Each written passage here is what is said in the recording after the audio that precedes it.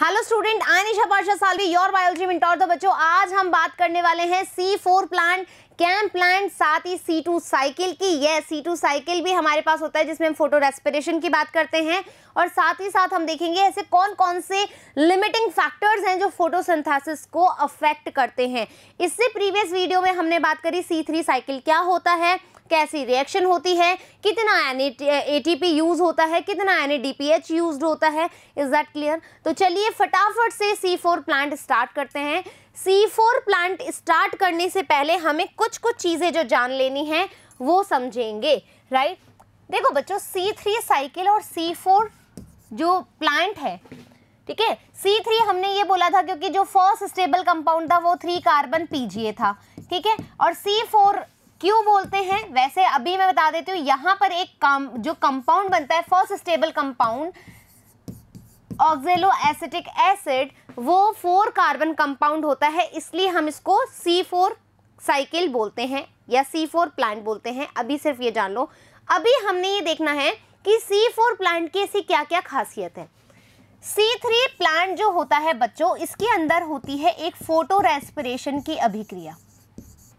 Photo respiration क्या मतलब है? फोटो रेस्पिरेशन, देखो जनरली हम प्लांट की बात करते हैं तो आपको पता है ये क्या करते हैं, O2 को तो रिलीज करते हैं, है ना, और CO2 को अंदर एब्जॉर्ब करते हैं। ये होता है जनरल मोड, ठीक है, जनरली जो होता है। लेकिन कभी कभी विषम परिस्थितियों में या बहुत ज़्यादा लाइट की टेंडेंसी में, बहुत ज़्यादा लाइट हो जाती है, प्रकाश हो जाता है, टेम्परेचर हो जाता है, तो वहाँ पर फोटो रेस्पिरेशन होता है C3 प्लांट्स में।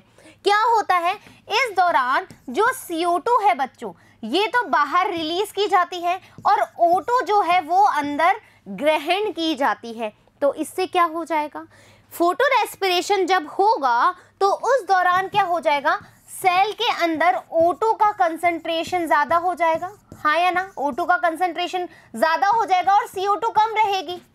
ऐसा होगा कि नहीं होगा? फोटो रेस्पिरेशन के दौरान क्या होगा, O2 का कंसंट्रेशन बढ़ जाएगा और CO2 का कंसंट्रेशन कम हो जाएगा। अब C4 प्लांट में फोटो रेस्पिरेशन कभी भी नहीं होता। C4 प्लांट में फोटो रेस्पिरेशन एब्सेंट रहता है। ऐसा क्यों? ऐसा क्या होता है कि यहाँ पर C4 प्लांट के अंदर आपको फोटो रेस्पिरेशन नहीं किया जा सकता। ये अपनी मतलब C4 प्लांट जो होते हैं बच्चों, ये अपने आप को फोटो रेस्पिरेशन से बचाते हैं, जबकि C3 प्लांट नहीं बचा पाते। ऐसा क्या करते हैं और ऐसा होता क्यों है? आ जाओ, एक और चीज़ हम समझते हैं। हमने एक एंजाइम पढ़ा था, ठीक है, रुबिस्को एंजाइम हमने पढ़ा था, ठीक है। इसमें क्या था, जो ribulose bisphosphate carboxylase oxygenase enzyme है। कार्बोक्सिलेज जो होगा वो CO2 को बाइंड करेगा, और जो ऑक्सीलेज होगा, ऑक्सीजनेज होगा, वो O2 के साथ बाइंड करेगा, ठीक है। ये बात समझ में आ गई। अब ये क्या है, रुबिस्को एक ऐसा व्यक्ति है या एक ऐसा लड़का है जिसकी 2 वाइफीज हैं, ठीक है, 2 बीवियां हैं, 2 पत्नियां हैं। पत्नी नंबर 1 जो है वो है CO2 और पत्नी नंबर जो O2 है वो है नंबर 2। अब क्या होता है, रुबिस्को बड़ा ही खराब आदमी है, दिल फेक टाइप का आदमी है। जहां इसको ज्यादा प्रेम मिलता है ये वहीं पर चला जाता है, ठीक है। वैसे तो सभी नॉर्मल पर्सन की टेंडेंसी होती है, जहां आपको प्यार ज्यादा मिलता है वहीं की तरफ अट्रैक्ट होते हो। लेकिन रुबिस्को क्या है, जहां पर मान लीजिए कि CO2 की कंसंट्रेशन यहाँ पर 10 है और O2 की कंसंट्रेशन यहाँ पे 20 है, तो रुबिस्को किसकी तरफ जाएगा, O2 की तरफ, ठीक है। और यदि मान लीजिए यहाँ पर CO2 20 है और O2 10 है, तो रुबिस्को किसके पास जाएगा, CO2 की तरफ, ठीक है। लेकिन जो वाइफी फर्स्ट है, ठीक है, फर्स्ट हमेशा फर्स्ट ही रहती है, जो वाइफी फर्स्ट है वो बड़ी गुस्से हो जाती है, ठीक है, ऐसा गुस्सा हो जाती है। वो कहती है मेरे को ऐसा नहीं चाहिए, ठीक है, होगी इसकी O2 वाइफ, मुझे क्या फर्क पड़ता है, लेकिन पहले तो मैं ही आती हूँ ना, पहले तो मैं ही आती हूँ, कार्बोक्सिलेशन क्रिया ही करवाऊंगी मैं, तो मैं क्यों उसको O2 के बाद जाने दूँ, ठीक है। तो ये क्या करती है, एक ऐसा जोन बनाती है जहां पर ये O2 को आने ही ना दे। ये कहती है कि मैं O2 को इसके आसपास भटकने ही नहीं दूंगी, और जब इसके आसपास O2 होगी नहीं तो डेफिनेटली रुबिस्को मेरे पास ही रहेगा, आई बात समझ में? डेफिनेटली रुबिस्को मेरे पास ही रहेगा। तो इसने वो जो जोन बनाया बच्चों, वो हकीकत में क्या है? C4 प्लांट है। क्या है वो?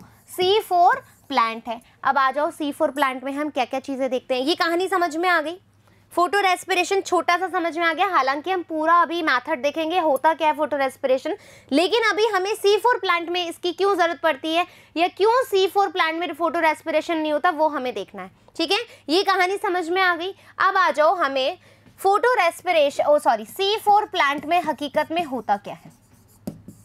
ठीक है,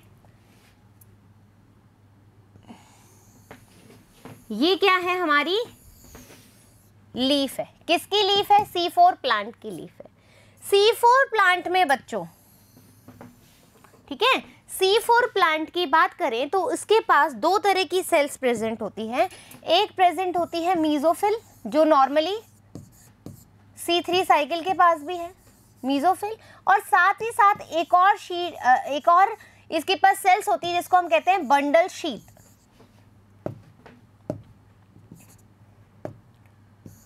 बंडल शीथ, ठीक है, BS सेल या मीजोफिल सेल। नाउ इसको शॉर्ट में, ठीक है। नाउ अब ये जो मीजोफिल सेल और बंडल शीथ सेल है वो क्या है? देखो बच्चों, यदि हम बंडल शीथ सेल की बात करें तो यहां पर आपके पास क्या है?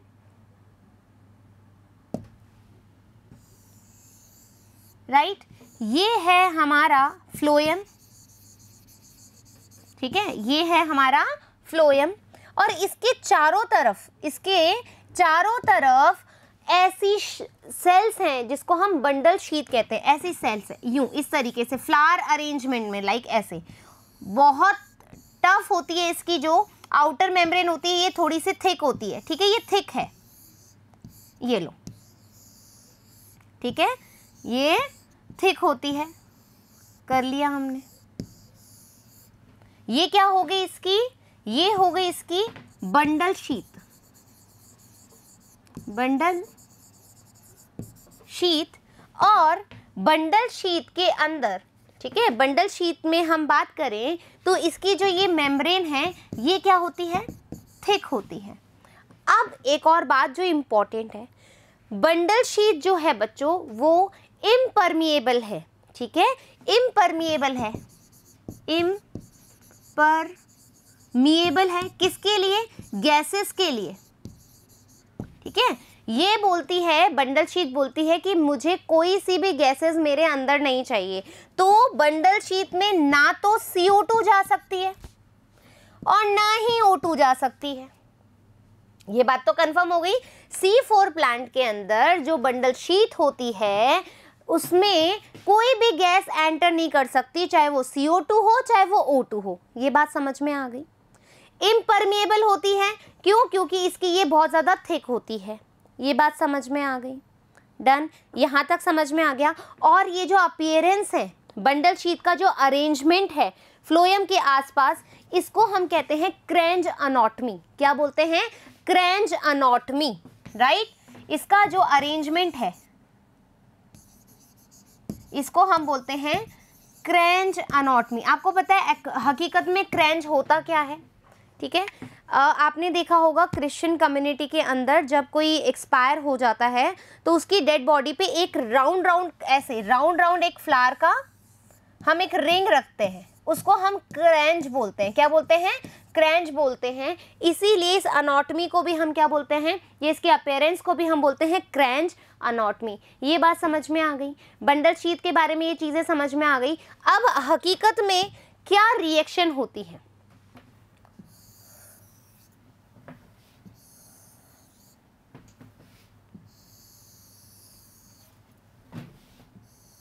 ये सब हम किस में कर रहे हैं?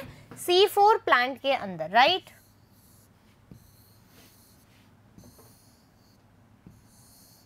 ये लो भाई C4 प्लांट, ये हो गई हमारी मीजोफिल और ये हो गई हमारी बंडल शीथ।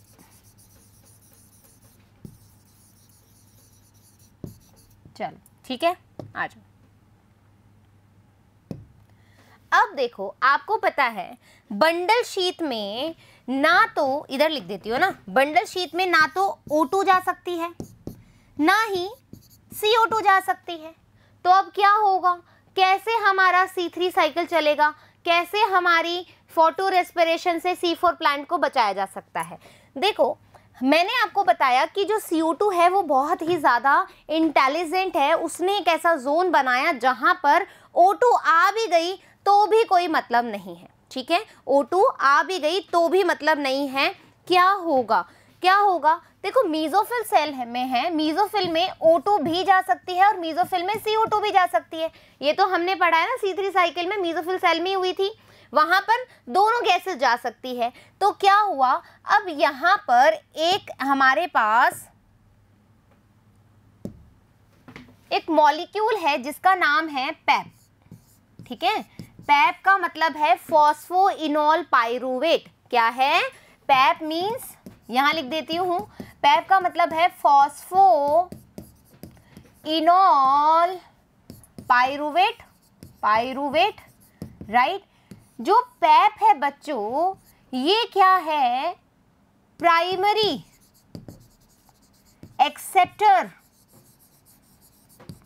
ऑफ CO2, ठीक है, primary acceptor of CO2 in mesophyll cell, mesophyll cell of C4 plant, right. अब देखो क्या हुआ, CO2 ने बोला कि भाई अब रुबिस्को को क्या चाहिए, ज्यादा प्यार चाहिए, अच्छा सा लुक चाहिए। तो CO2 बोलती है कि ठीक है, मैं उसको उधर जाने नहीं दूंगी ना, क्योंकि मैं अपना लुक चेंज कर लूंगी। तो उसने क्या किया, CO2 ने क्या किया बच्चों, CO2 ने बड़ा ही दिमाग लगाया और CO2 ने यहां पर आकर के H2 के साथ रिएक्शन करी और क्या बनाया, SCO3 माइनस बना लिया, ठीक है, SCO3 माइनस बना लिया। अब क्या होगा, पैप जो है, ठीक है, पैप जो है इस CO2 को ग्रहण करता है, primary acceptor of CO2 in mesophyll of C4 plant. PEP जो है वो सिर्फ CO2 से प्यार करता है, इसको कोई मतलब नहीं है ये O2 कितनी ज्यादा हो, ठीक है। O2 की हालत क्या हो गई, O2 की हालत हो गई है खराब, रो रो करके खराब हो गई कि ये क्या कमाल दिखाया उसने कि भाई अब तो मेरा पत्ता हो गया साफ, ठीक है, अब तो मेरा हो गया पत्ता साफ। O2 यहाँ पर कितना भी कॉन्सेंट्रेशन बढ़ा लो कोई मतलब नहीं है उसको, क्यों, क्योंकि पैप तो किसके साथ बाइंड होना चाहता है, CO2 के साथ, और किसकी प्रेजेंस में, एक एंजाइम होता है जिसका नाम है पैपकेज, ठीक है, एक एंजाइम है जिसका नाम है पैपकेज। इसकी प्रेजेंस में पैप CO2 को ग्रहण करके क्या बना लेगा, वो बना लेगा अपना ऑक्जेलो एसिटिक एसिड। ये क्या है, 4 कार्बन कंपाउंड है और ये क्या है, 3 कार्बन कंपाउंड है, ठीक है। ऑक्जेलो एसिटिक एसिड 4 कार्बन कंपाउंड है। तो यहां पर OAA के बारे में लिख लें क्या अपन थोड़ा सा, ऑक्जेलो एसिटिक एसिड है ये, ठीक है, फर्स्ट स्टेबल कंपाउंड है, ये फर्स्ट स्टेबल कंपाउंड है और इसी वजह से हम इसको C4 प्लांट कहते हैं। आ गई बात समझ में। केल्विन साइकिल में सबसे फर्स्ट स्टेबल कंपाउंड था 3PGA, राइट। यहां पर फर्स्ट स्टेबल कंपाउंड है C4 प्लांट के अंदर OAA, ऑक्जेलो एसिटिक एसिड। ये बात समझ में आ गई क्या, कौन सा एंजाइम काम आ रहा है, पैपकेज।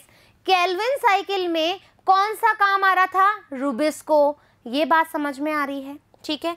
अब क्या होगा, ऑक्जेलो एसिटिक एसिड से, ऑक्जेलो एसिटिक एसिड जो है वो किस में कन्वर्ट होगा फर्दर, वो कन्वर्ट होगा मैलेट में, ठीक है, मैलेट में या फिर एस्पार्टेट में, एस्पार्टेट में, राइट, मैलेट में या मैलिक एसिड में, एस्पार्टेट में या एस्पार्टिक एसिड में कन्वर्ट हो जाएगा। ये भी क्या है दोनों, ये भी 4 कार्बन कंपाउंड है। अब क्या करेंगे, मैलेट, मैलेट कहाँ जाएगा बच्चों, मैलेट जाएगा, मैलेट जाएगा बंडल शीट में, मैलेट जाएगा बंडल शीट में। आ जाओ भाई मैलेट भैया आ जाओ, ये आ गया मैलेट अंदर आया। मैलेट ने क्या बनाया वापस से, सॉरी भैया सॉरी, जो मैलेट है वापस से किस में कन्वर्ट होगा, पीपी में। पीपी कितना है, 3 नंबर ऑफ कार्बन है, मैलेट कितना है 4 नंबर ऑफ कार्बन है, तो यहां पर ये क्या कर देगा, एक CO2 रिलीज कर देगा, एक CO2 रिलीज कर देगा।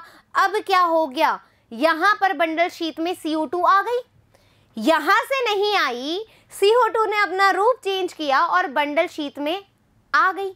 अब क्या होगा, रुबिस्को प्रेजेंट है भाई, रुबिस्को अपने हस्बैंड के पास पहुंच गई है।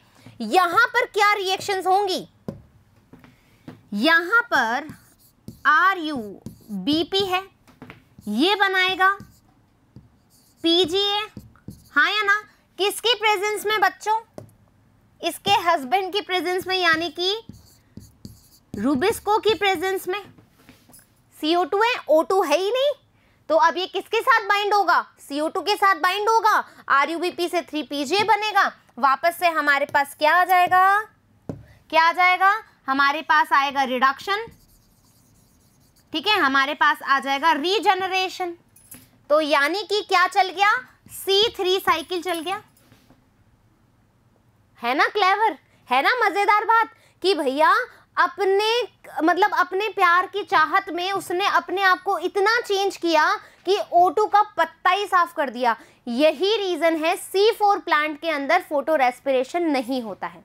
Is that clear? यही एक रीजन है कि C4 प्लांट के अंदर फोटो रेस्पिरेशन नहीं होता है कि O2 कितना भी हो, आई डोंट केयर। CO2 ने एक ऐसा जोन बना ही लिया कि वहां पर O2 का नामो निशान ना हो। अब O2 है भी ना तो भी यहाँ पर फोटो रेस्पिरेशन नहीं हो रहा है। ये बात समझ में आ गई क्या? C4 साइकिल समझ में आ गया? बहुत ही इजी है। क्या हुआ बच्चों, CO2 ने H2 के साथ रिएक्शन किया, क्या बन गया, SCO3 माइनस हो गया। पैप फॉस्फोइनेल पायरुवेट ने इसको एक्सेप्ट किया, पैप केस की सहायता से ऑक्जेलो acetic acid first stable 4 carbon compound में चेंज कर दिया। इसने मैलेट या मैलिक एसिड एस्पार्टेट या एस्पार्टिक एसिड बनाया। ये गया कहाँ से, हमारी बंडल शीट में गया। बंडल शीट में इसने वापस से पैप बनाना चाहा तो अपना एक जो कार्बन है वो रिलीज कर दिया in the form of CO2। CO2 आ गई यहाँ पर बैठा था रुबिस्को, इसने इसको एक्सेप्ट किया RuBP ने, और RuBP ने रुबिस्को के साथ में काम करके PGA बनाया। 3PGA के बाद उसने रिडक्शन किया, रीजनरेशन किया और C3 साइकिल को कैरी फॉरवर्ड किया। Is that clear? अब देखो यहाँ पर तुम्हें कुछ डिस्क्रिप्शन, कुछ डिफरेंसेस नजर आ रहे होंगे। आपको पता है C3 प्लांट के अंदर जो मीजोफिल था उसके अंदर चल रहा था C3 साइकिल। C4 प्लांट के अंदर बंडल शीट के अंदर C3 साइकिल देखने को मिल रहा है। ठीक है, बंडल शीट के अंदर रुबिस्को है लेकिन यहाँ पर मीजोफिल के अंदर पैप केस है। ये बात समझ में आ गई क्या? आ जाओ थोड़ा सा रीड आउट कर लें। Hatch and slack pathway, CO2 concentrating mechanism, CO2 का कंसंट्रेशन जो है उसी को मद्देनजर रखते हुए ये पाथवे चला गया है। CO2 के ऊपर ही सब कुछ कहानी घूमती है। कोऑपरेटिव फोटोसिंथेसिस, कोऑपरेटिव क्यों? मीजोफिल ने मैलेट बनाया, CO2 को रिलीज किया, तभी तो बंडल शीट में C3 साइकिल चल पाया। तो कैसा है?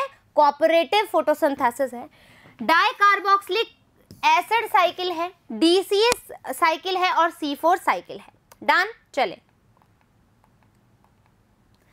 कॉर्टसैक एंड हार्ट, ये दो साइंटिस्ट हैं, ठीक है, Kortschak and Hartt first observe that. आपसे पूछा जा सकता है जो ऑक्सैलो एसिटिक एसिड है उसको सबसे पहले किसने डिस्कवर्ड किया, तो आप बोलोगे इन दो साइंटिस्ट ने किया। ठीक है, oxaloacetic acid is form during dark reaction in sugar cane leaves. कहां पर देखा? शुगर केन लीव्स में देखा। C4 प्लांट भी क्या है? डार्क रिएक्शन का पार्टिसिपेशन है, right. Hatch and slack, Australia 1967। अच्छा एक और बात, सॉरी अपन ने ATP के बारे में तो बात ही नहीं करी बच्चों। यहाँ पर जो C3 साइकिल है, ठीक है, यहाँ पर जो C3 साइकिल है, जितना अपन ने NADPH और ATP बनाया था वो तो है ही, मतलब जितना अपन ने यूज किया था, लेकिन जब मैलेट से पैप बन रहा है तो यहाँ पर भी 2 ATP का रिक्वायरमेंट होता है, ठीक है, 2 ATP का रिक्वायरमेंट होता है, तो एनर्जी अपन काउंट कर लेंगे, right. Hatch-Slack, Australia, 1967, studied in detail and proposed pathway for dark reaction in sugarcane and maize leaf. Sugarcane और maize leaf में जिसने डिटेल अकाउंट निकाला किसका, C4 साइकिल का, वो कौन थे, Hatch-Slack, इसीलिए इसको Hatch-Slack पाथवे भी कहते हैं। लेकिन ऑक्जेलो एसिटिक एसिड को किसने डिस्कवर किया, कॉर्डसैक ने एंड हार्ट ने। डन, चलें आगे। C4 cycle occurs in 1500 species. जो C4 प्लांट है वो लगभग 1500 स्पीशीज है, जिसमें हम बात करेंगे सबसे ज़्यादा मोनोकॉट में जो है C4 साइकिल होता है। तो of 19 families of angiosperm, but most of the plant are monocots which belongs to Gramineae, sugarcane, maize and sorghum, so on, right. आ गई बात समझ में, कहाँ कहाँ C4 प्लांट मिलता है। क्रैंच की बात करी थी, क्रैंच एनाटॉमी हमने देखा, present in leaves of C4 plant. C4 plant के अंदर हमें क्या मिलेगी, क्रैंच एनाटॉमी देखने को मिलेगी। Green bundle sheath cell present around the vascular bundle, phloem के चारों तरफ हमने क्या बनाई थी, बंडल शीथ बनाई थी। Dimorphic chloroplast present in leaf cell. अब देखो क्या है, C4 प्लांट जो है बच्चों, उसकी लीफ में डाइमॉर्फिक, पूछा जा सकता है ये क्वेश्चन, ठीक है, डाइमॉर्फिक क्लोरोप्लास्ट प्रेजेंट होता है। क्यों, यदि मैं बंडल शीट की बात करूं तो यहां पर जो वॉल होगी वो कैसी होगी, थिक होगी, ठीक है, और मीजोफिल की जो वॉल होगी वो थिन होगी, राइट। इसके अलावा डायमॉर्फिक क्यों, कि क्लोरोप्लास्ट ऑफ BS सेल और क्रैंच सेल्स आर लार्जर। जो क्लोरोप्लास्ट होगा बंडल शीट का, वो कैसा होगा, लार्ज होगा, ठीक है, लार्ज होगा। एंड विदाउट ग्रेना, यानी कि मैं बोल सकती हूं कि ये कैसा है, अग्रेन्युलर है, राइट, कैसा है, अग्रेन्युलर है। लेकिन जब मीजोफिल की हम बात करेंगे तो ये स्मॉल है विद ग्रेना। ये बात समझ में आ गई, विद ग्रेना, ये क्या है, स्मॉल है। बंडल शीट में क्लोरोप्लास्ट लार्ज इन साइज है, अग्रेन्युलर है। लेकिन जब हम बात करेंगे मीजोफिल के अंदर तो वो स्मॉल इन साइज है बट ग्रेन्युलर है। इसी वजह से ये लाइन कही गई है कि C4 प्लांट की जो लीव्स है उसमें डायमॉर्फिक क्लोरोप्लास्ट प्रेजेंट होता है। इज दैट क्लियर, डन, आगे चलें। Without grana, mesophyll chloroplast are small and with grana. Rubisco present in BS cell, as I told you before. Rubisco कहाँ प्रेजेंट है, C4 प्लांट के अंदर बंडल शीट में present है, जबकि C3 साइकिल में वो मीजोफिल में प्रेजेंट होता है, वाइल पैपकेस इन मीजोफिल सेल। डन। इन C4 प्लांट C3 साइकिल अकर इन बंडल शीट। C3 साइकिल कहाँ चलता है, बंडल शीट सेल में, वाइल C4 साइकिल अकर इन मीजोफिल, और C4 साइकिल कहाँ चलता है, मीजोफिल के अंदर। Photosynthetically, C4 plant are more efficient as there is no photorespiration. यहाँ पर photorespiration नहीं होगा because at the site of Rubisco no O2 is released. O2 release ही नहीं होगी क्योंकि वो क्या है, impermeable है। Mesophyll cell pump more CO2 for C3 cycle, और जो mesophyll cell है C4 प्लांट के अंदर वो ज़्यादा CO2 का क्या करेगी, प्रोडक्शन करेगी ताकि C3 साइकिल चल सके। Is that clear, done. C4 plant found in tropical habitat and adapted them.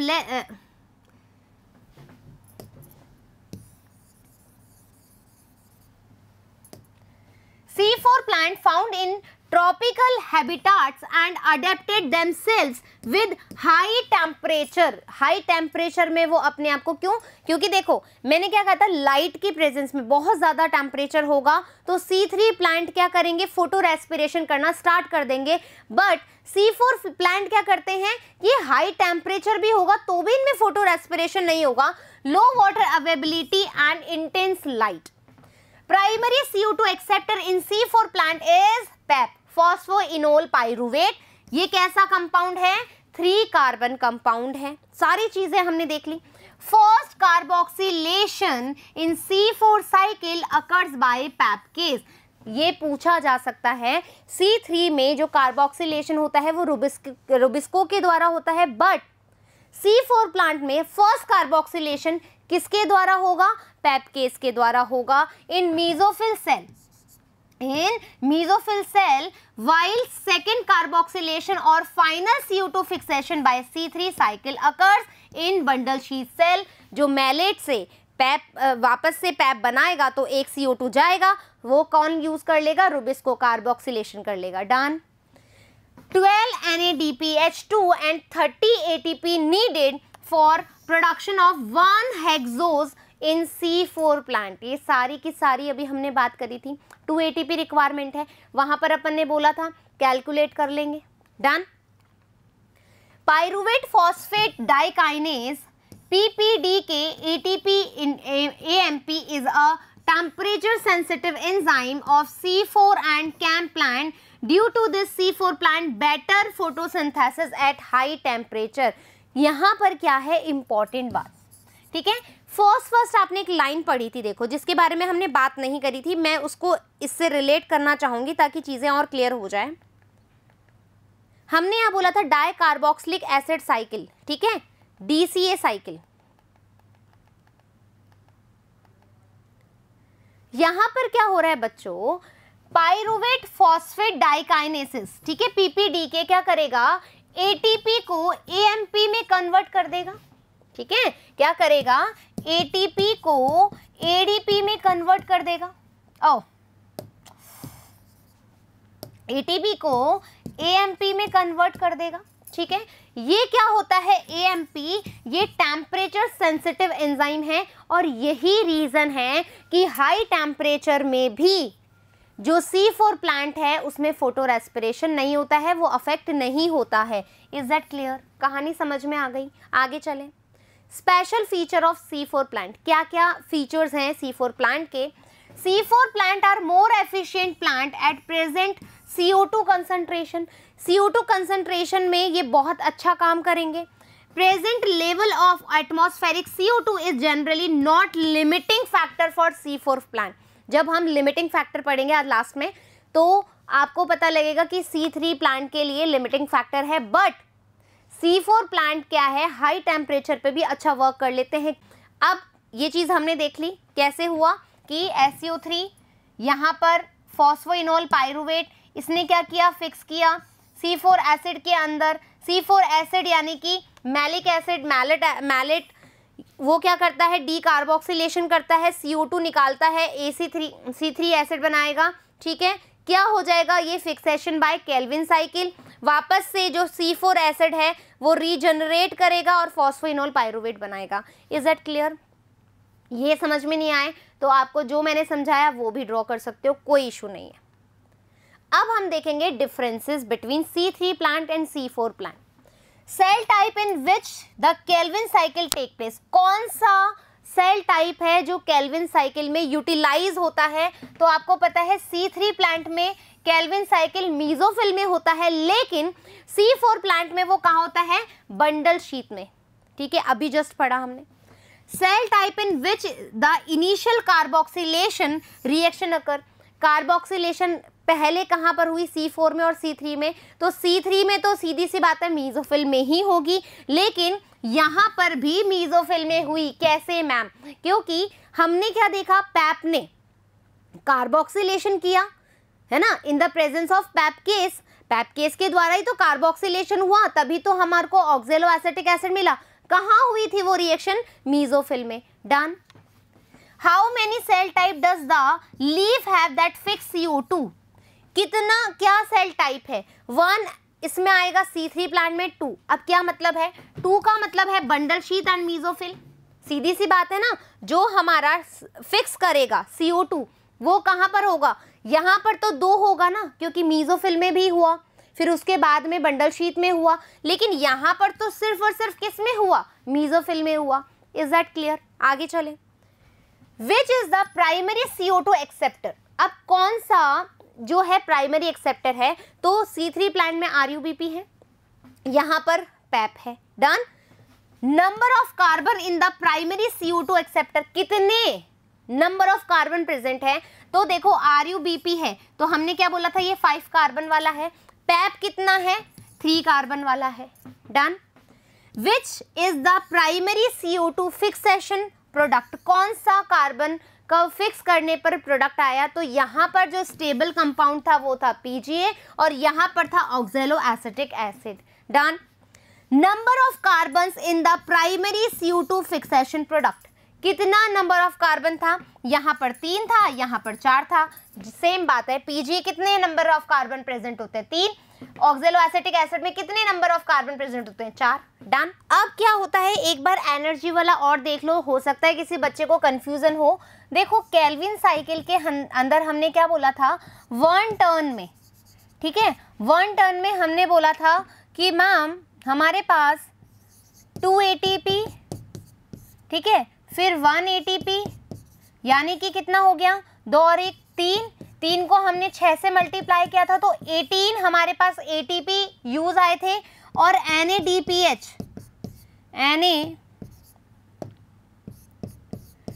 NADPH ये हम बात करें तो ये आए थे हमारे पास 2 6 12, ठीक है, 12 NADPH। अब हम C4 प्लांट की बात करें तो C4 प्लांट में मैंने कहा कि 2 ATP जब रीजनरेशन हुआ, ठीक है, जब पायरुविक एसिड से क्या बना, वापस से पैप बना, ठीक है, तो हमारे पास यहाँ पर 2 ATP को यूज किया गया और किस में कन्वर्ट हो गया, 2 ADP प्लस PI। ये बात समझ में आ गई क्या, ठीक है। ये वाली जो चीज है वो कहाँ पर आएगी, एक बार और बात कर लेते हैं, कंफ्यूजन नहीं होना है हमने कहीं पर भी। कहाँ गया अपना वो,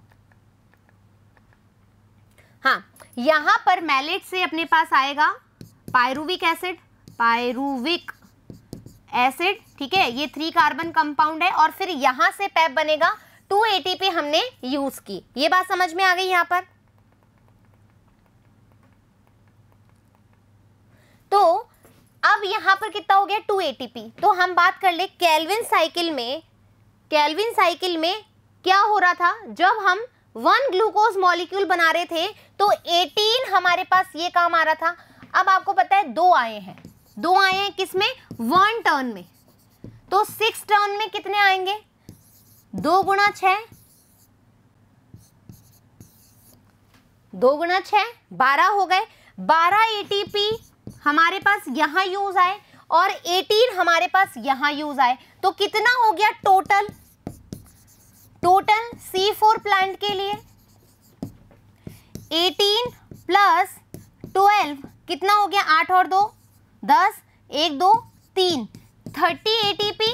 और NADPH तो कहीं पर भी यूज नहीं आया ना बच्चों, NADPH तो हमारा कहीं पर भी यूज नहीं आया, तो ये कितना रह जाएगा, 12। ये बात समझ में आ गई क्या,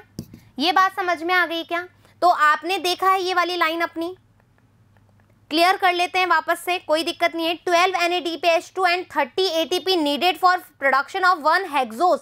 एक ग्लूकोज बनाने के लिए C4 प्लांट के अंदर हमें कितना चाहिए, 30 ATP चाहिए और 12 NADPH चाहिए होता है। ये डन हो गई कहानी, यहां तक समझ में आ गया, क्लियर। अब हम देखते हैं कैम प्लांट में क्या रिएक्शन होती है। आइए, cam plant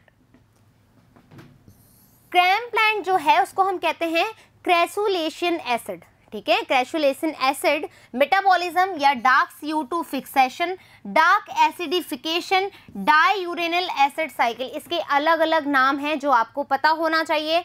ओलेरी and Rouhani discovered CAM process in member of Crassulaceae family. ये क्रेसुलेसी फैमिली से ही हमें मिला कैम प्लांट, इसीलिए हम इसको क्रेसुलेशन एसिड मेटाबॉलिज्म भी कहते हैं। क्रेसुलेशन एसिड मेटाबॉलिज्म भी हम इसको कहते हैं।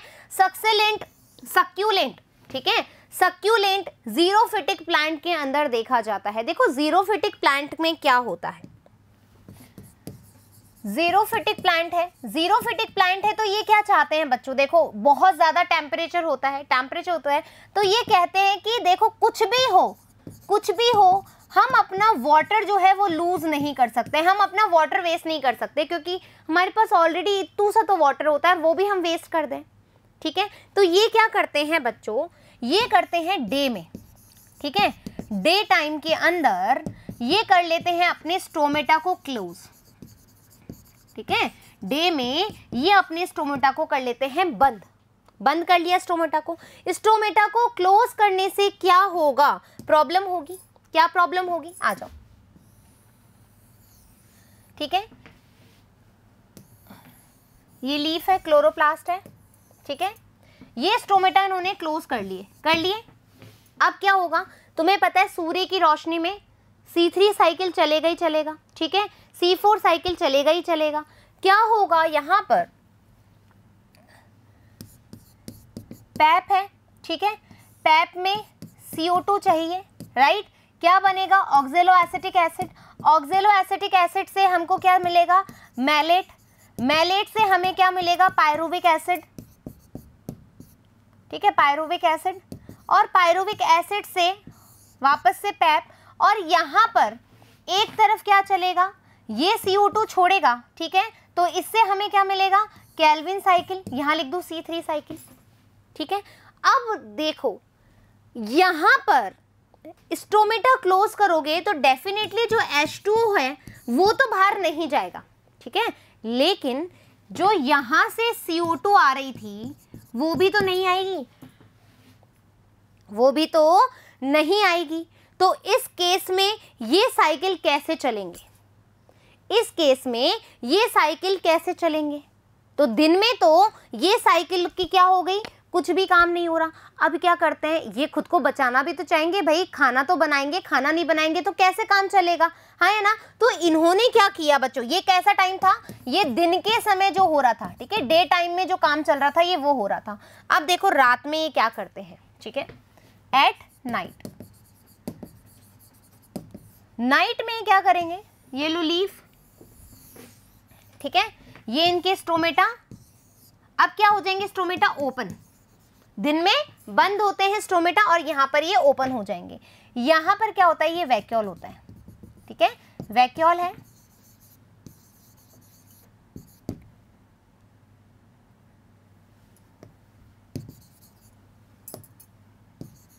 ठीक है, वैक्यूल है, वैक्यूल के अंदर बहुत सारा क्या प्रेजेंट होगा, मैलिक एसिड, ठीक है, मैलिक एसिड ये स्टोर कर लेते हैं। कब स्टोर करते हैं, जब दिन के अंदर जो रिएक्शन होती है उससे ये मैलिक एसिड को स्टोर कर लेते हैं, स्टोर कर लेते हैं, ठीक है। अब क्या होगा बच्चों, यहां से CO2 आई, रात में CO2 आई, CO2 आई, आ जाओ भाई, CO2 ग्रहण कर ली इसने, क्या हुआ, पैप, पैप के बाद OAA,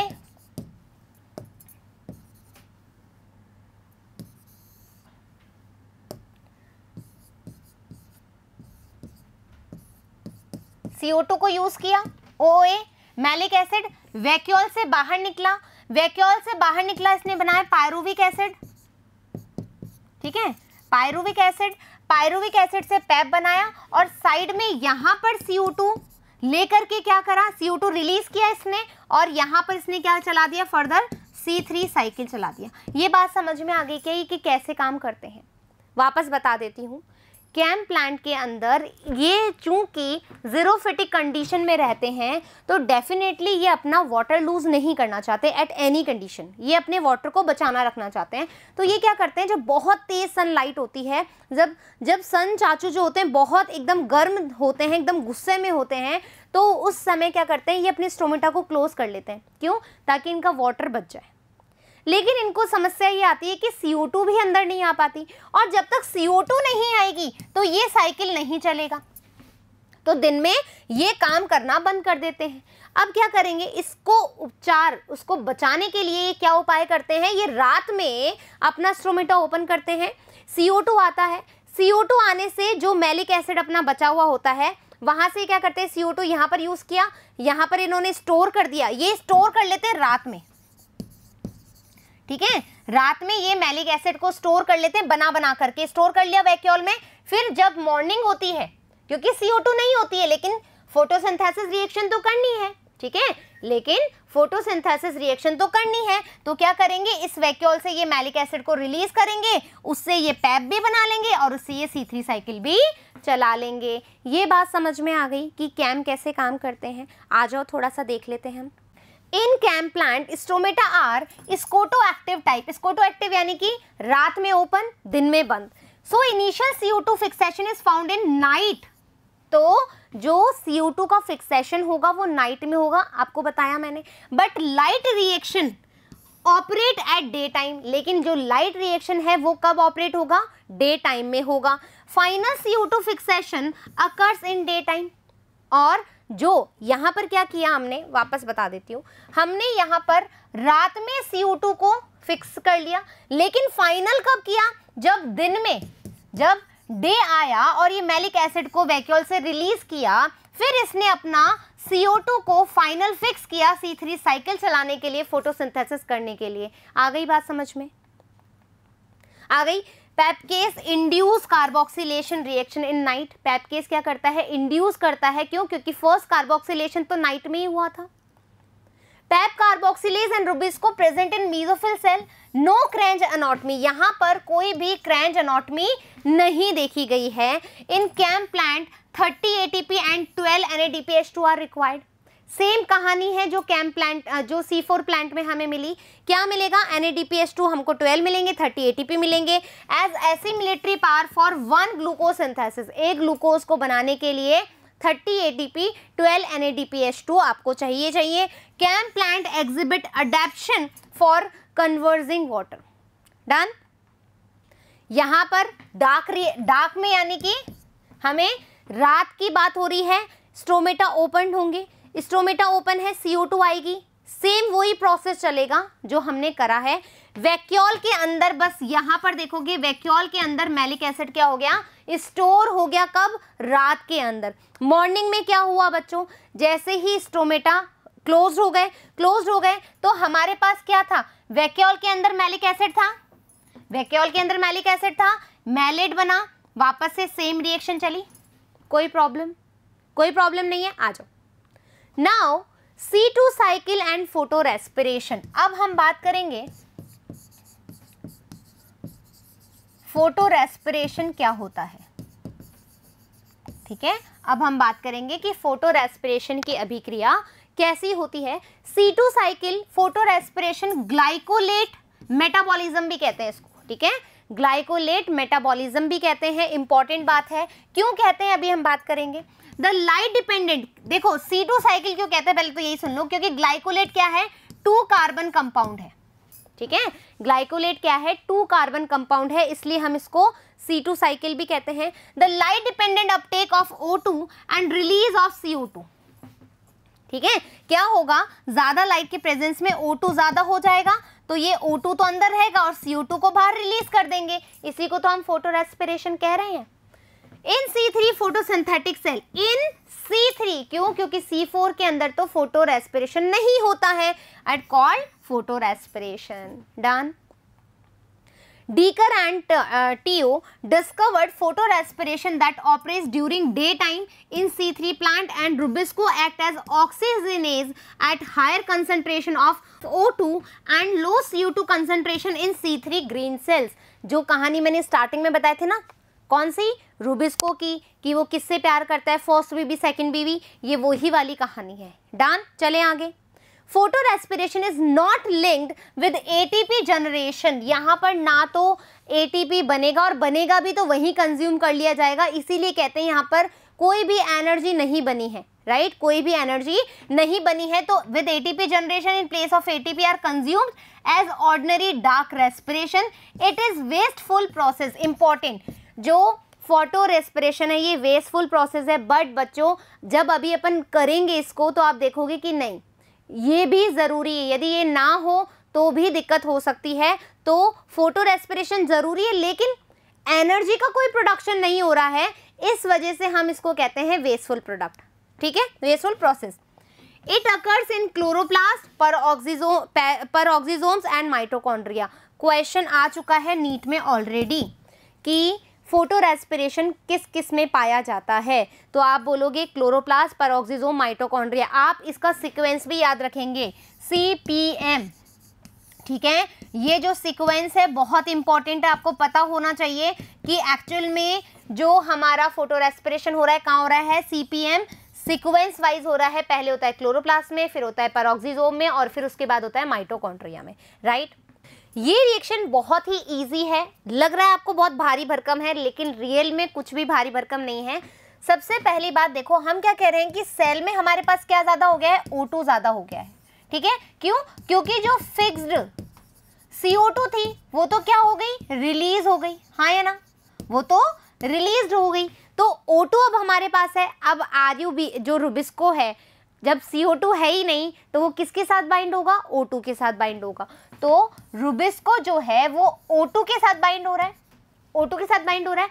O2 से बाइंड होने की वजह से क्या कर रहा है, ये बना रहा है 2-फॉस्फोग्लाइकोलेट, ठीक है। क्या करा इसने, इधर भी हम लिखते जाते हैं। O2 की प्रेजेंस में रुबिस्को ने क्या किया, इसने किया यहां पर बनाया 3PG, नहीं 3PGA नीचे बना देती हूं, 3PGA और 2-फॉस्फोग्लाइकोलेट, ठीक है। 2-फॉस्फोग्लाइकोलेट बनाया और बनाया 3PGA। Is that clear? किसकी प्रेजेंस में, O2 की प्रेजेंस में। कहां बनाया ये कहां बनाया बच्चों, ये है हमारा क्लोरोप्लास्ट, ठीक है। यहां लिख देती हूँ, क्लोरोप्लास्ट में ये रिएक्शन हुई। क्या हुई, रुबिस्को ने O2 के साथ रिएक्ट करके 2-फॉस्फोग्लाइकोलेट बनाया और 3PGA बनाया, किसके लिए, फर्दर केल्विन साइकिल के लिए, ठीक है, C3 साइकिल के लिए। इतना समझ में आ गया। अब आगे चले। 2-फॉस्फोग्लाइकोलेट जब बना तो उसने बोला कि मुझे फॉस्फेट नहीं चाहिए, फॉस्फेट को हटा दो। तो यहां पर इसने क्या किया, उसने फॉस्फेट हटा दिया, क्या बचा, फॉस्फो को हटा दो तो क्या बचा, ग्लाइकोलेट। क्या आ गया, ग्लाइकोलेट आ गया, ग्लाइकोलेट। अब ये ग्लाइकोलेट किस में ट्रांसफर हो गया, ये ट्रांसफर हो गया हमारा, ये ट्रांसफर हो गया क्लोरोप्लास्ट CPM, राइट, CPM, यानी कि ये आ गया पेरोक्सिसोम में, ग्लाइकोलेट आया पेरोक्सिसोम में आ गया। अब ये बनाएगा ग्लायोऑक्सालेट, ठीक है। ग्लाइकोलेट कहां पर आ गया बच्चों, पेरोक्सिसोम में। क्या बनाया, ग्लायोऑक्सालेट बनाया, ठीक है। तो ग्लाइकोलेट से इसने क्या किया, क्या बनाया, ग्लायोऑक्सालेट। जब ग्लायोऑक्सालेट बनाया तो इसने क्या किया बच्चों, O2 को फिक्स किया और क्या बनाया साथ में, H2O2, राइट। क्या बनाया, H2O2 बनाया। अब यहां पर ग्लायोऑक्सालेट से क्या बन जाएगा अपने पास, ग्लाइसिन बन जाएगा। क्या बन जाएगा, ग्लाइसिन बन जाएगा। तो देखो मेरी बात सुनो, ये जो H2O2 है बच्चों, ये H2O2 हमारी सेल के लिए बिल्कुल ठीक नहीं रहता। क्यों, क्योंकि जितना H2O2 रहेगा, मतलब जितना फोटो रेस्पिरेशन होगा सेल के अंदर, उतना ही क्या करेगा, ये मेम्ब्रेन को डिग्रेड करता है। मेम्ब्रेन को डिग्रेड करेगा तो क्या होगा, एट द एंड सेल तो डेथ ही हो जाएगी, ठीक है। इसीलिए फोटो रेस्पिरेशन को रोकना बहुत इंपॉर्टेंट होता है। इसीलिए हम क्या कह रहे हैं, एक तो एनर्जी भी नहीं बन रही है और क्या हो रहा है, वेस्टफुल हमारा प्रोसेस भी है, ऊपर से ये H2O2 बना करके हमारी सेल को भी क्या करता है, डिग्रेड करता है। अब क्या होगा, जहां पर H2O2 बना है, कहां पर बना है, पेरोक्सिसोम में, पेरोक्सिसोम में बना है। तो बच्चों जहां पर ये बनता है वहीं ये डिग्रेड भी होता है। तो H2O2 क्या करेगा, यहां पर डिग्रेड भी हो जाएगा और क्या बना लेंगे अपन, ग्लाइसिन बना लेंगे। ये बात समझ में आ गई, ठीक है। ये डिग्रेड होता रहेगा H2O2 और ग्लायोऑक्सालेट से हमारे पास क्या आ जाएगा, ग्लाइसिन आ जाएगा। डन, समझ में आ गया। तो हमारे पास क्या आ गया बच्चों, ग्लाइसिन आ गया है। अब ग्लाइसिन कहां चला गया, माइटोकॉन्ड्रिया में, ठीक है। ग्लाइसिन आ गया माइटोकॉन्ड्रिया में। ग्लाइसिन जब माइटोकॉन्ड्रिया में आया तो इसने क्या बनाया, सेरीन बनाया। सेरीन क्या है, 3 कार्बन कंपाउंड है, ठीक है। ये क्या है, 2 कार्बन कंपाउंड है। अभी तक अपने पास ये चल रहा था 2 carbon compound, 2 carbon compound, 2 carbon compound, 2 carbon compound, लेकिन यहां पर सेरीन क्या है, 3 कार्बन कंपाउंड है। तो मैम 3 कार्बन कंपाउंड है तो कैसे हुआ, यहां पर इसने क्या किया, CO2 अब ग्लाइसिन से सेरीन बना। अब आप सोचोगे कि मैम ये तो 2 कार्बन कंपाउंड है, यहाँ पर 3 कंपाउंड कार्बन कैसे बना? तो देखो बच्चों, ग्लाइसिन का स्ट्रक्चर हम बना के देखें, ठीक है? आ जाओ, ग्लाइसिन क्या है? सबसे सिंपलेस्ट अमीनो एसिड है। आ जाओ, COH, राइट, H और ये हमारा NH2, ठीक है? NH2 बना।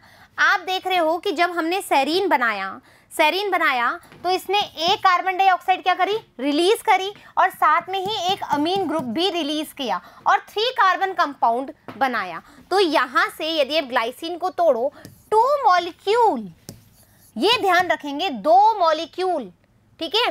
तो 2 मॉलिक्यूल है, यदि 2 कार्बन ग्लाइसिन है, ठीक है, ग्लाइसिन है, और इसका मैं 2 मोल ले लूं तो ये कितना कार्बन कंपाउंड हो जाएगा? 4 कार्बन हो जाएंगे। 4 कार्बन में से तुमने एक CO2 रिलीज कर दी, तो मेरे पास कितना कार्बन बच जाएगा? 3 कार्बन बन जाएगा। तो दैट मीन्स हमारे पास क्या आ गया? Serine 3 carbon. ये बात समझ में आ गई? समझने वाली बात है। आ जाओ, इसको हम यहाँ पर भी इलोबरेट कर सकते हैं कि ग्लाइसिन आया, 2 मॉलिक्यूल ऑफ ग्लाइसिन, तो NH3 अमाइन ग्रुप निकल गया, CO2 निकल गया, क्या बना? सेरीन बना। सेरीन क्या है? 3 कार्बन कंपाउंड है। साथ ही साथ यहाँ पर एनर्जी भी बनाई इसने। क्या बनाई? आप देखोगे कि यहाँ पर इसने एनर्जी भी बनाई। जब सेरीन बना, ग्लाइसिन से जब सेरीन बना तो इसने एनर्जी भी बनाई, लेकिन कोई मतलब नहीं है। क्यों? हम बोल रहे हैं कि कोई नेट एनर्जी हमें नहीं मिली। कैसे? जब सेरीन से हाइड्रोक्सी पाइरुवेट बना, ठीक है, और फिर ग्लिसरेट बना, तो यहाँ पर जो एनर्जी इसने बनाई थी वो ही कंज्यूम भी कर ली। तो दैट मीन्स कोई एनर्जी का प्रोडक्शन नहीं हुआ। हम नहीं कह सकते कोई एनर्जी का प्रोडक्शन हुआ। फिर उसके बाद वापस से ग्लिसरेट, और अगेन ग्लिसरेट आ जाएगा, PGA बन जाएगा। तो इस तरीके से जो है हमारा फोटो रेस्पिरेशन चलता रहता है। आपको ये पता होना चाहिए कि कौन सी रिएक्शन कहाँ हो रही है। Is that clear? आ गई बात समझ में? डन, चले आगे। Now law of limiting factor. Blackman जो है बच्चों, इन्होंने बताया जो लिमिटिंग फैक्टर है उसका मतलब क्या है। देखो, कभी कभी क्या होता है कि हम कहते हैं कि मुझे रोज जीने के लिए, मैं जैसे एग्जांपल ले रही हूँ कि मुझे रोज जीने के लिए 10 ग्लास ऑफ वाटर चाहिए।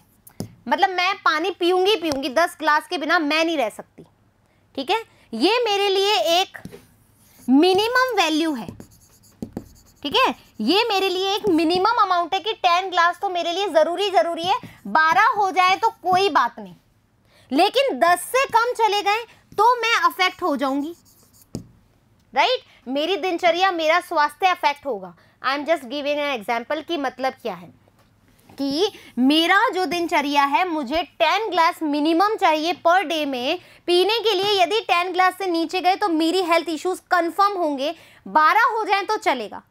इसको क्या करते हैं? जब मिनिमम अमाउंट से कोई चीज़ कम हो जाए तो वो आपकी रिएक्शन को अफेक्ट करेगा। ये जो लिमिटिंग फैक्टर का जो लॉ है वो किसने दिया? ब्लैकमैन ने। जब हम इसके बाद से रेस्पिरेशन पढ़ेंगे, रेस्पिरेशन के बाद एक और चैप्टर पढ़ेंगे, उसके अंदर ये जो फलसफा है वो काम आएगा कि जो लिमिटिंग फैक्टर होते हैं, क्यों हम उसको लिमिटिंग फैक्टर कहते हैं। तो फोटोसिंथेसिस में चीप जो है लिमिटिंग फैक्टर में होता है वाटर, क्योंकि वाटर मोस्ट प्रोबेबली मिल ही जाता है, ठीक है? जिसमें हम बात करेंगे, सबसे ज़्यादा हम बात करते हैं एक तो लाइट का, एक बात करते हैं टेम्परेचर का, इसके अलावा हम बात करें तो जेनेटिक्स भी बहुत इंपॉर्टेंट है फोटोसिंथेसिस की रिएक्शन के लिए, राइट? तो आ जाओ, when a process is condition to a rapidly by a number of factors, then the rate of process is limited by the pace of slowest factor. सबसे स्लोवेस्ट फैक्टर कौन कौन सा है? CO2, light, chlorophyll, water, temperature, ठीक है? CO2 becoming limiting in clear sky. CO2 क्या है? Limiting factor है। कम हो जाएगी तो रिएक्शन नहीं होगी ना, हाँ या ना? CO2 के बिना क्या ही है? But light limiting is cloudy days and in dense forest. क्या होगा? जहां पर बहुत ज्यादा घने पेड़ पौधे हैं वहां पर जो फोटोसिंथेसिस की रिएक्शन है वो अफेक्ट होती है। क्यों? क्योंकि सनलाइट नहीं पहुंच पाती है प्रॉपर, या जहां पर क्लाउडी वेदर रहता है वहां पर लाइट की एब्सेंस रहेगी तो डेफिनेटली फोटोसिंथेसिस की रिएक्शन अफेक्ट करेगी। Done. Atmospheric CO2 is not limiting factor for CO4 plant but and submerge hydrophytes. Important चीज है, CO2 लिमिटिंग फैक्टर है फोटोसिंथेसिस के लिए, बट C4 प्लांट और सबमर्ज हाइड्रोफाइट्स प्लांट जो पानी के अंदर सबमर्ज रहते हैं उनके लिए जो CO2 है वो एक लिमिटिंग फैक्टर की तरह नहीं काम करती है। डन। लाइट हम बात करें, at low light intensity there is linear relationship between light intensity and rate of photosynthesis. जितनी लाइट होगी उतना ही रेट ऑफ रिएक्शन होगा, ठीक है। But at higher light intensity photo oxidation solarization occurs and photosynthetic apparatus में get destroy. बहुत ज्यादा लाइट, क्योंकि फोटोन कैप्चर करेंगे तो क्या होगा, अफेक्ट किस पे पड़ेगा, रिएक्शन सेंटर पे, लाइट हार्वेस्टिंग सिस्टम पे, है ना, कॉम्प्लेक्स पे अफेक्ट पड़ेगा, तो क्या हो जाएगा, डिस्ट्रॉयड होने के चांसेस रहेंगे। लाइक इंटेंसिटी ऑफ लाइट, यहां पर ये जो ग्राफ बता रहा है वो क्या बता रहा है कि intensity of light at which rate of photosynthesis become equal, ठीक है, जितना लाइट होगा उतना फोटोसिंथेसिस रिएक्शन होगी। With rate of respiration in plant is known as light compensation point. Light compensation point क्या है कि जितना लाइट रहेगा उतना फोटोसिंथेसिस रहेगा और उतना ही क्या रहेगा, रेस्पिरेशन रहेगा, और इसी को हम क्या कहते हैं, लाइट कंपनसेशन पॉइंट कहते हैं। सो नेट फोटोसिंथेसिस और net primary productivity at this point is 0। तो यहाँ पर जो नेट प्रोडक्टिविटी है वो 0 रहेगी, फोटोसिंथेसिस भी जो उसका प्राइमरी प्रोडक्टिविटी है वो भी क्या रहेगा, 0 रहेगा। Done. Temperature, optimum temperature for photosynthesis is 20 to 25 degree centigrade for C3 plant, और C4 प्लांट के लिए कितना है, 30 डिग्री to 40 डिग्री सेंटीग्रेड है। At high temperature rate of photosynthesis decreases, क्योंकि डीनेचुरेशन ऑफ एंजाइम डीनेचर हो जाएंगे, हाई टेम्परेचर पे हमने बात करी थी। Dark reaction are more affected by temperature as compare to light reaction. क्यों, क्योंकि डार्क रिएक्शन क्या है, एंजाइमेटिक रिएक्शन है। लाइट रिएक्शन में एंजाइम्स नहीं देखे थे, तो डेफिनेटली हाई टेम्परेचर होगा तो सबसे ज्यादा अफेक्ट कौन होगा, डार्क रिएक्शन अफेक्ट होगी। डन। CO2 जो चाहिए वो चाहिए 0.03 और 0.04% पे, एंड इंक्रीजेज इन CO2 कौन, up to 0.05% rate of photosynthesis is increases. यदि ज्यादा होगा तो फोटोसिंथेसिस रिएक्शन ज्यादा होगा। Higher CO2 concentration is toxic to plant and also close the stomata. ज्यादा CO2 होगी तो स्टोमेटा क्लोज हो जाएंगे, क्योंकि ये प्लांट के लिए अच्छे नहीं रहती है। Now water, less availability of water reduces the rate of photosynthesis, stomata get closed, leaves become wilt, a slow enzymatic activity। water loss नहीं कर सकते हम, ठीक है। plant factors, कुछ plant factors भी हैं जैसे कि chlorophyll, leaf, various leaf factor, leaf like number क्या है, साइज क्या है, एज क्या है, लीफ ओरिएंटेशन क्या है, ये सब चीज़ क्यों, क्योंकि हमने अनाटमी देखी है प्लांट की, हमने मॉर्फोलॉजी देखी है, तो आपको पता है कि लीफ का जो भी अनाटमी होगा, जो भी उसका साइज होगा, जैसा भी उसके अंदर रिएक्शन होगी वो डिपेंड करेगी, तो सीधी सी बात है फोटोसिंथेसिस अफेक्ट होगा, राइट। इनहिबिटर्स भी होते हैं, कुछ एग्जाम्पल आ चुके हैं, तो DCMU, ठीक है, ये क्या हो गया, diuron, dichlorophenyl, dimethyl urea, CMU, monuron, pen inhibit the photosynthetic by blocking pH second. आपको पता होना चाहिए ये वाला और ये वाला, ठीक है।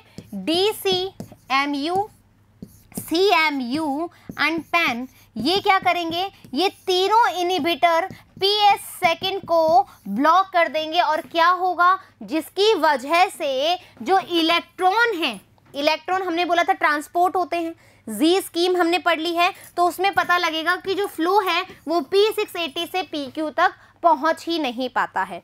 इन साइक्लिक ETS डाइक्यूएट, पैराक्यूएट, ये क्या है, वायलोजन डाइज हैं, क्या है ये, वायलोजन डाइज हैं, जो कि इनहिबिट करती है इलेक्ट्रॉन के फ्लो को between P70 into FD, ferredoxin. Done. चलें आगे। All these chemical are use as weedicides and herbicides, ठीक है, विडिसाइड्स और हर्बिसाइड्स के तौर पे हम इसको यूज़ करते हैं। इस तरीके से आज हमारा फोटोसिंथेसिस वाला जो चैप्टर है वो अच्छे से समाप्त हो गया है। इसके बाद हम इसके क्वेश्चन आंसर देखेंगे। आशा करती हूँ कि फोटोसिंथेसिस वाला चैप्टर आपको समझ में आया होगा। फिर मिलेंगे हम नए चैप्टर रेस्पिरेशन के साथ। जब तक थैंक यू।